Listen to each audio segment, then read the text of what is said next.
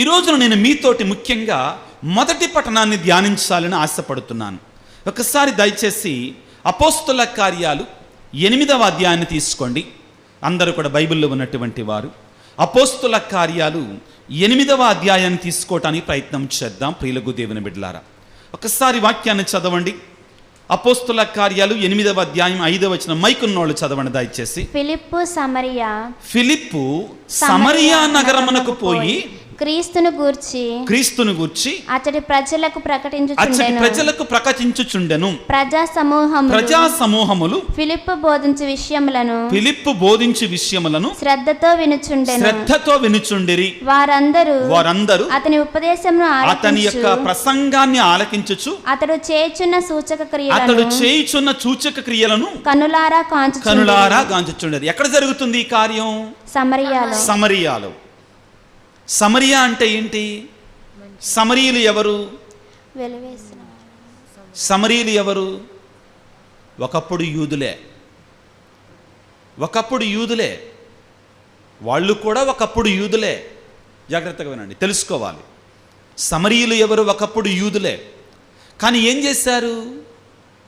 ఈ యూదులు అన్యజాతి రాజులు, సిరియా, అస్సిరియా, బాబిలోనియా, ఈజిప్టు, రోమనులు, లేకపోతే వీళ్ళందరూ కూడా వచ్చినప్పుడు వీళ్ళు ఏం చేశారంటే నిదానంగా వీళ్ళు వాళ్ళ దేవుళ్ళని ఆరాధించటం, వాళ్ళ పిల్లలతో పెళ్లి చేసుకోవటం, వాళ్ళ పిల్లగాళ్లతోటి పెళ్లి చేసుకోవటం జరిగి వాళ్ళు దేవుని నుండి వేరైపోయారు. వినండి జాగ్రత్తగా, అందరూ చూడండి. ఒక ముఖ్యమైన అంశాన్ని చెప్తున్నా. భారతదేశంలో మణిపూర్లో యూదులు ఉన్నారు, తెలుసా విషయం? ఇప్పుడు విన్నారా వాక్యాన్ని? అక్కడ నుండి 2700 సంవత్సరాల క్రితం ఆ యూదయా దేశం నుండి భారతదేశానికి వచ్చారు. వాళ్ళు ఇప్పుడు ఏమని పిలువబడతారు? బెనాయ్ మనష్షే గోత్రీకులు అక్కడ ఉన్నారు. యోసేపుకి 2 కుమారులు ఉన్నారు. ఎవరు వాళ్ళు? ఎఫ్రాయిము, మనష్షే. ఎవరండి? మనష్షే, ఎఫ్రాయిము. ఈ మనష్షే గోత్రీకులు యోసేపుకు గోత్రం లేదండి 12 గోత్రాలలో. తన కుమారుడికి ఇచ్చాడు యాకోబు గారు. ఎందుకంటే అతను పరాయి దేశంలో జీవించాడు కాబట్టి. ఏదేమైనా కానీ వాళ్ళు ఇప్పటికి కూడా ఇక్కడికి వచ్చారు. యూదులు దాన్ని కనిపెట్టి ఇప్పుడు వాళ్ళలో ఎవరిని కలవరండి. వాళ్ళు అది ఆ ప్యూర్ రేస్ లాగా అలా ఉండిపోతారు. అది మంచిగా చెడో వేరే విధంగా మాట్లాడుకుందాం. వాళ్ళు ఇప్పుడు వాళ్ళందరినీ తీసుకొని వెళుతున్నారు ప్రభుత్వ పర్మిషన్ తోటి. వాళ్ళకు కూడా ఇష్టమైంది కాబట్టి. ఇక్కడ ఈ సమరీయులు అంటే ఎవరంటే ఒకప్పుడు యూదులే, కానీ కలుషితమైపోయారు. ఏమైపోయారు? పాడైపోయారు. ఇతర దేవతలను ఆరాధించటం, ఇతర దబ్బర దేవతలను ఆరాధించటం. ఆశ్చర్యం ఏంటంటే యేసు ప్రభు ఈ లోకములో ఉన్నప్పుడు యేసు ప్రభువు శిష్యులతో ఏమన్నారంటే మీరు సమరియాలోకి వెళ్ళమాకండి అన్నారు. కానీ ఆయన మాత్రం వెళ్ళాడండి. యాకోబు బావి దగ్గర ఉన్నటువంటి స్త్రీ పేరేంటండి? ఆయన వెళ్ళాడు. కానీ శిష్యులకు మాత్రం చెప్పాడు వెళ్ళమాకండి, సమయం రాలేదు. మనకు అర్థం కాదండి ఎందుకు అలా చెప్పాడు. యేసు ప్రభు చెప్పింది తప్పు. నో, అది దేవుడికే చెందినట్టు ఒక ప్రణాళిక. ఆ సమయం రావాలి. These are all deeper things. చాలా లోతైన విషయాలు దేవుడికే తెలుసండి. మనం ఒక్కసారి మత్తయి శుభవార్త 10వ అధ్యాయానికి వెళ్దాం. అక్కడ యేసు ప్రభువే స్వయంగా మీరు సమరియాలో అడుగుపెట్టమాకండి అని చెప్తారు. మత్తయి శుభవార్త 10వ అధ్యాయము. యేసు ప్రభువు శిష్యులను పంపిస్తూ ఉన్నారు. ప్రియులకు దేవుని బిడ్డలారా, మత్తయి శుభవార్త 10వ అధ్యాయం 5వ వచనాన్ని చదవండి త్వరగా. యేసు ఈ 12 శిష్యులను పంపుచు వారికి ఇట్లా ఆజ్ఞాపించను, అన్య ప్రజలు ఉండు ప్రదేశములో ఎచ్చటను అడుగుమోపవలదు. సమరియుల ఏ పట్టణమునను ప్రవేశింపరాదు. Don't go to Samaritans. సమరియాలోకి వెళ్ళమాకండి. ప్రభు ఈ మాట అనొచ్చా? ప్రభు ఎవరి కోసం వచ్చాడు? అందరి కోసం వచ్చాడు. అన్ని ప్రజల వాళ్ళ కోసం వచ్చాడు. నేనెవరిని? నేను ఒకప్పుడు ఒక అన్యుణ్ణి. మా నాన్న ద్వారా చూస్తే మా నాన్న కూడా పెళ్ళప్పుడే మారాడు. అప్పుడు దాకా తిరుపతి వెళ్ళేవాడు. ఉన్న విషయం చెప్తున్నా. నిజమేనండి. మా అమ్మ సైడు చాలా పాత క్రైస్తవులు, కానీ అన్యులమైన మనలకి దేవుడు తన బిడ్డలుగా ఉండే వరాన్ని ఇచ్చాడు. ప్రభు ఏమన్నాడు? అన్యులుండే ప్రదేశానికి వెళ్ళమాకండి అంటున్నాడు. దేవునికి ఒక ప్రణాళిక ఉంటుంది. మనం ఎందుకు ఏమిటి ఎలా అంటే అడిగితే లేదు దాని సమాధానం. కానీ ఇప్పుడేమవుతుంది? అపోస్తల కార్యాలు 8వ అధ్యాయంలో సమరీయులు దేవుని యొక్క సువార్తను అంగీకరిస్తున్నారు. ఎవరక్కడికి వెళ్ళింది? ఫిలిప్పు గారు. ఎవరు ఫిలిప్పు? దేవుని శిష్యుడు, యేసు ప్రభు శిష్యుడు. ఫిలిప్పు గారు ఎవరు? అపోస్తలుడు. యేసు ప్రభు అపోస్తలుడు కాడు ఆయన.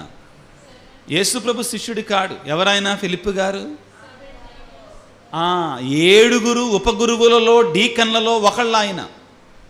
7 ఉపగురువులలో ఆయన ఒక ఉపగురువు, డీకన్ బ్రదర్ గారు. ఆయన డీకన్ బ్రదర్ గారు ఎంత సువార్తను బోధిస్తున్నారో చూడండి, ఎంత గొప్ప సువార్తను బోధిస్తున్నారో చూడండి. ఆయనంట దేవుని యొక్క వాక్యాన్ని బోధిస్తుంటే ఏం జరిగాయో తెలుసా? 8వ అధ్యాయం 7వ వచనాన్ని స్పష్టంగా చదవండి.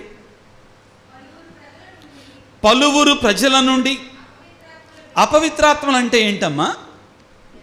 దయ్యాలు. ఫిలిప్పు గారు దేవుని యొక్క వాక్యాన్ని బోధిస్తుంటేనంట దయ్యాలు పారిపోయాయి అంటండి.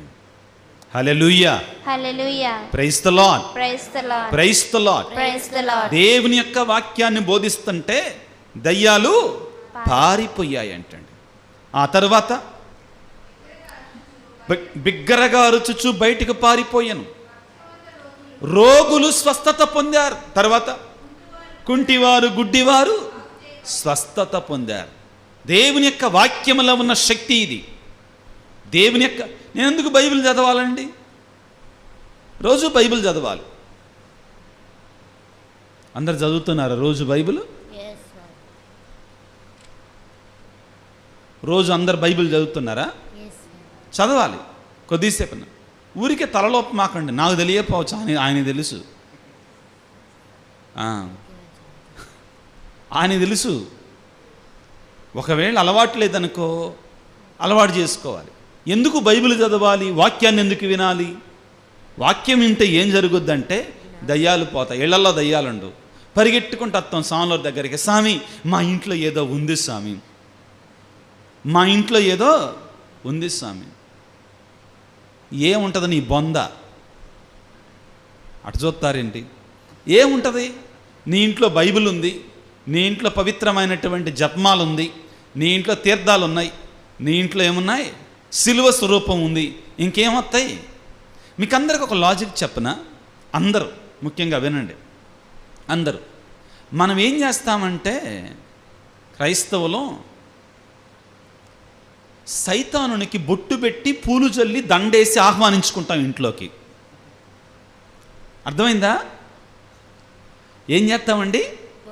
సైతానుడికి బొట్టు పెట్టి పూలు జల్లి దండేసి పరమాన్నం పెట్టి ఆహ్వానించుకొని ఇంట్లోకి ఆహ్వానించి అప్పుడు స్వామి మాకు భయం వేస్తుందా స్వామి, మీ పిల్లోడికి బాగులేదు, a small child is not feeling well, పిల్లలకు బాగలేదు, ఒకరోజు బాగలేదు, 2 రోజులు బాగలేదు.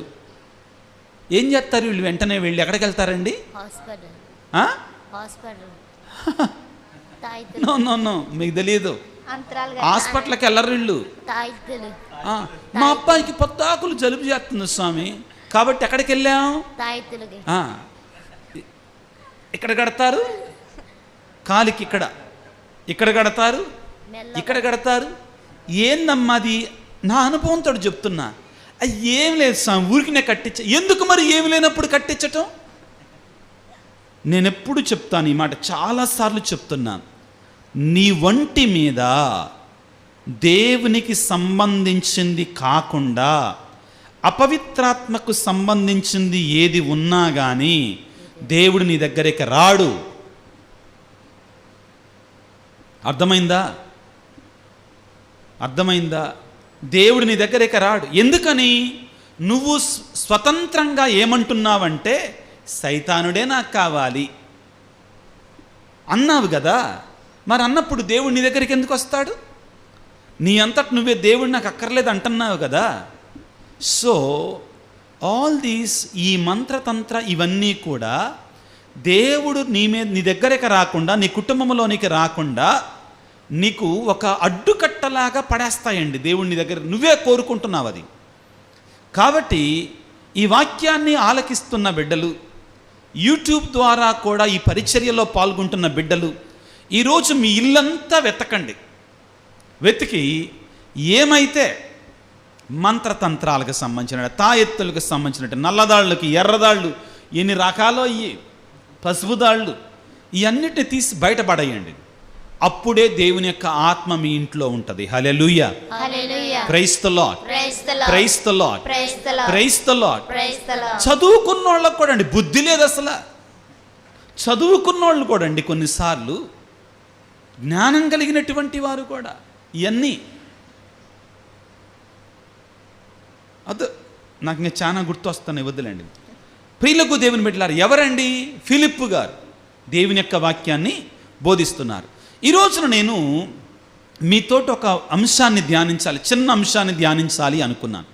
ఏమిటి అంటే, వినండి ప్రియులారా, మనము పవిత్రాత్మను పొందిన తర్వాత కూడా సైతాను దగ్గరికి వెళ్ళే అవకాశం ఉంది. ఎందుకని? మానవుడికి దేవుడు స్వేచ్ఛ అనే వరాన్ని ఇచ్చాడు. ఏమిచ్చాడండి? ఫ్రీడమ్, స్వేచ్ఛ అనే వరాన్ని ఇచ్చాడు. ఈ స్వేచ్ఛను వినియోగించి మనం దేవుని కాదని పాపములో పడిపోయే ప్రమాదం ఉంది. జాగ్రత్తగా వినండి, 2 నిమిషాల పాటు మనసును లగ్నం చేయండి. ఫిలిప్పు గారు అద్భుతాలు చేస్తున్నారు. ఏమేమి అద్భుతాలు జరుగుతున్నాయి? దయ్యాలు పట్టినటువంటి దయ్యాలు పారిపోతున్నాయి, పక్షవాత రోగులు స్వస్థత పొందుతున్నారు, కుంటివారు, గుడ్డివారు అద్భుత రీతిగా లేచి నడుస్తున్నారు, కళ్ళు జరుగుతున్నాయి, గొప్ప అద్భుతాలు జరుగుతున్నాయి. అక్కడ మాంత్రికుడైనటువంటి సిమియోనుడు ఒకడు ఉన్నాడు. చదవండి అమ్మా, 9వ వచనాన్ని చదవండి. అపోస్తల కార్యాలు 8వ. అప్పుడు ఆ నగరములో సీమోను అని పేరు గల ఒకడు నివసించుచుండెను. కొంతకాలం పాటు అతడు తన మంత్ర విద్యచే సమరియా దేశమంతటిని మిక్కిలి ఆశ్చర్యముతో ముంచు. ఎవరంటే ఏం చేస్తున్నాడు వాడు? మంత్ర విద్యలు చేస్తున్నాడు. సమరియా దేశాన్ని అంతటిని కూడా కబలించి వేశాడు వాడు. ఆశ్చర్యపరుస్తున్నాడు. ఆశ్చర్యకాలు సైతాను చేత కార్యాలు చేస్తున్నాడు. సైతాన్ అద్భుతాలు చేస్తుందా? సైతాన్ అద్భుతాలు చేస్తుందా? బా, చాలా స్ట్రాంగ్గా ఉన్నారు ఈ విషయంలో మీరు. అనుభవం ఏంటిది? దాని ఆ సాతాను యొక్క అద్భుతాలకు అలవాటు పడిన రకం ఎవరు? కొంతమంది, అందరూ కాదు. దాని అద్భుతాలు. మోషే కర్రను కిందేశాడు ఫరో రాజు ముందు. ఏమైంది? ఐగుప్తు దేశంలో ఉన్న మంత్రగాళ్ళు కూడా వచ్చారు కొంతమంది, వాళ్ళు కూడా కర్ర కిందేశారు. ఏమైంది? పాములు అయిపోయినాయి కూడా. కానీ దేవుని శక్తి ముందు సాతాను శక్తి నిలవలేదు. కొద్దిసేపు మాత్రం ఉంటుంది దాని శక్తి, కొంతవరకే పరిమితులతో కూడుకున్నటువంటిది.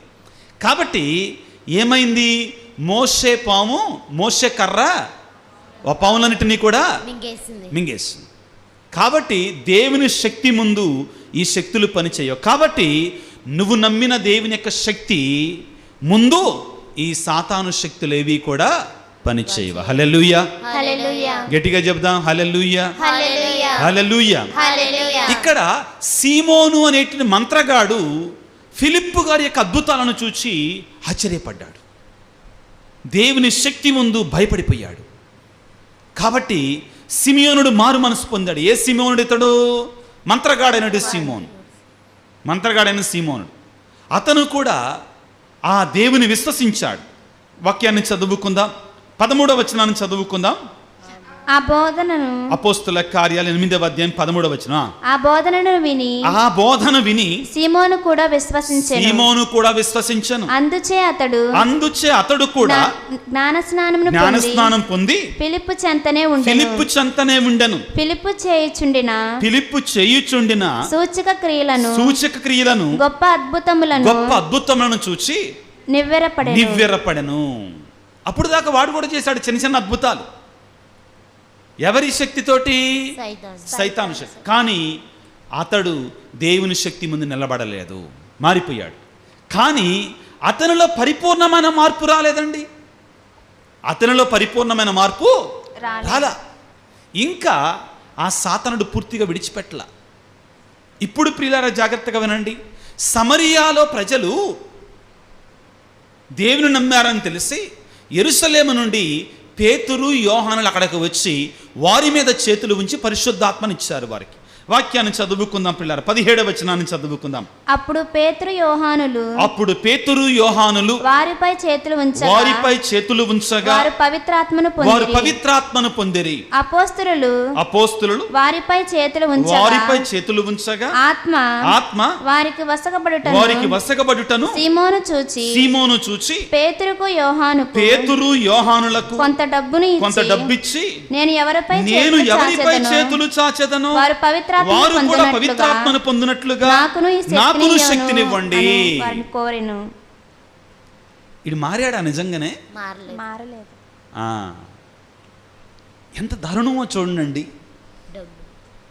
ఎంత బాధాకరమో చూడండి. సిమియోనుడు మంత్రగాడైన సీమోనుడు దేవుని శక్తిని చూశాడు. దేవుని శక్తి నా దగ్గర ఉన్న సైతాను శక్తి కంటే గొప్పదని గుర్తించాడు. ఆ దేవుని శక్తి కావాలి అని కోరుకున్నాడు. కానీ అది మారు మనసు ద్వారా, హృదయ పరివర్తన ద్వారా, పశ్చాత్తాపం ద్వారా, విశ్వాసము ద్వారా దాన్ని పొందుకోవాలి. కానీ ఇతడు ఏ విధంగా కొనాలనుకున్నాడు? సాతాను ద్వారా వచ్చినట్టు డబ్బుతో కొనాలనుకున్నాడు. అది సాధ్యం కాదు. ఇది మీకు చెప్పాలనుకున్నానండి ఈరోజు ప్రత్యేకంగా. ప్రియ దేవుని బిడ్డలారా, జాగ్రత్త. అందరికి ఇప్పుడు మా సవాలుతో కూడిన మాట చెప్తున్నా. ఒక బోధకుడైనా, ఒక పాస్టర్ అయినా, ఒక ఫాదర్ అయినా, ఎవరైనా కానీ ఈ దేవుని యొక్క ఆత్మని ధనం కోసం, డబ్బు కోసం వాడితే వాడు కూడా సీమోనుడే. మంత్రగాడైనా సీమోనుడే. దేవుని యొక్క పరిచర్య, దేవుని యొక్క ఆత్మవరాలు, ఉచితానుగ్రహాలు, పరిచర్య నడవడానికి సహాయాన్ని అడగటం తప్పులేదు. అది చర్చి కట్టడానికైనా కావచ్చు, పండగ చేయటానికైనా కావచ్చు, లేకపోతే ఏ పరిచర్యకైనా కావచ్చు అండి. కానీ అలా కాకుండా మీరు ఖచ్చితంగా 10వ వంతు ఇవ్వాల్సిందే. ముక్కుబిండి వసూలు చేయడం ఏంటిది? 10వ వంతు. అది నూతన నిబంధనకు చెందినటువంటిది కాదు. లేకపోతే ఇప్పుడు కొంతమంది బయలుదేరారండి. ఏంటి? కొన్ని వీడియోల్లో పబ్లిక్గానే పెడుతున్నారండి, దారుణం. దాని వలన దేవుని నామం అవమానాల పాలవుతుందండి. ఆయన దెయ్యాలు పారదోలుతాడని, ఒక్కొక్క దెయ్యాన్ని పారదోలితే ఇన్ని వేలు, ఇన్ని లక్షలు వ్యాపారంగా మారిపోయి. ప్రియులారా, ఈరోజు సిమియోనుడు, మంత్రగాడైన సిమియోనుడు మనందరికి ఒక పాఠంగా ఉండాలి. ఏమిటి? దేవుని శక్తిని మనం డబ్బుతో కొనలేము. దేంతో కొనలేమండి? అది అయ్యా అది ఉచితంగా దేవునికి ప్రసాదిస్తాడు. God wants to give you freely. నువ్వు చేయాల్సిందేంటి? సువిశేషంలో ప్రభువు చెప్పాడు కదా, నన్ను ప్రేమించి నా ఆజ్ఞలను పాటిస్తే చాలు.